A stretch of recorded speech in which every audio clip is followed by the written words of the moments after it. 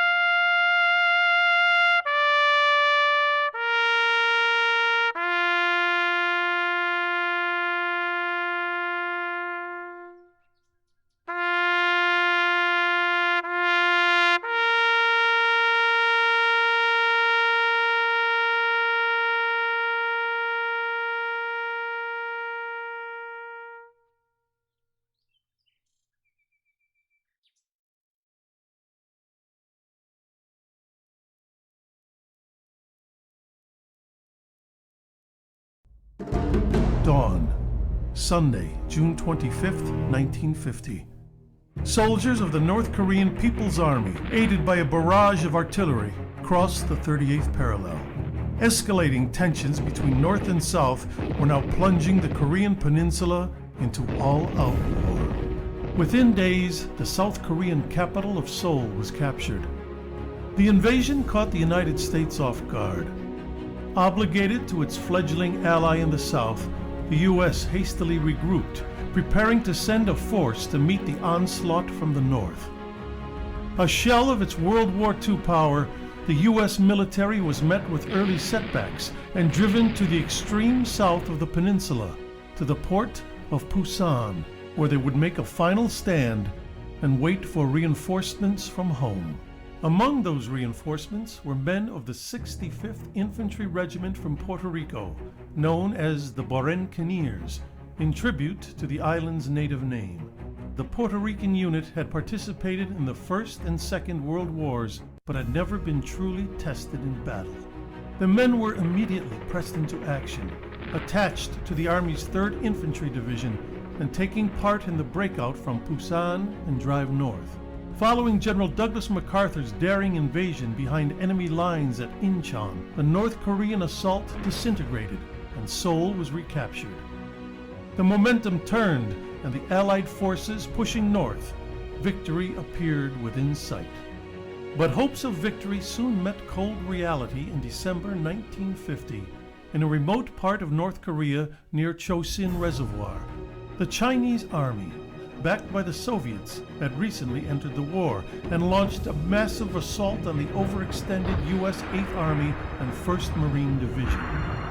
In one of the epic battles in American history, the completely surrounded Americans slugged their way towards safety and evacuation at the port of Hungnam.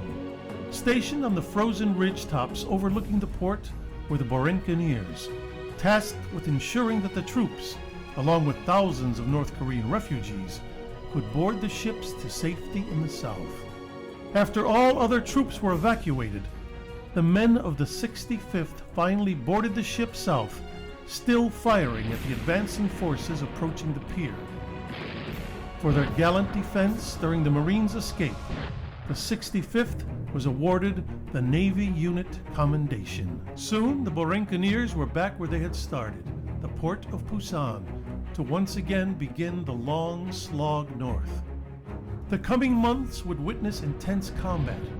In February, men of the 65th would charge Chinese positions in the last battalion-sized bayonet charge in U.S. history. In April, when the 65th came under heavy attack, Master Sergeant Juan Negron single-handedly held off the onslaught for hours, despite being wounded, until a counterattack could be organized. Originally given the Distinguished Service Cross, Negron would eventually be posthumously awarded the Medal of Honor on March 18, 2014. The 65th would continue to see combat throughout the Korean War, and after decades of honorable service, was desegregated in March 1953. Following the intense Battle of Outpost Harry, the men of the 65th returned home and the unit was deactivated.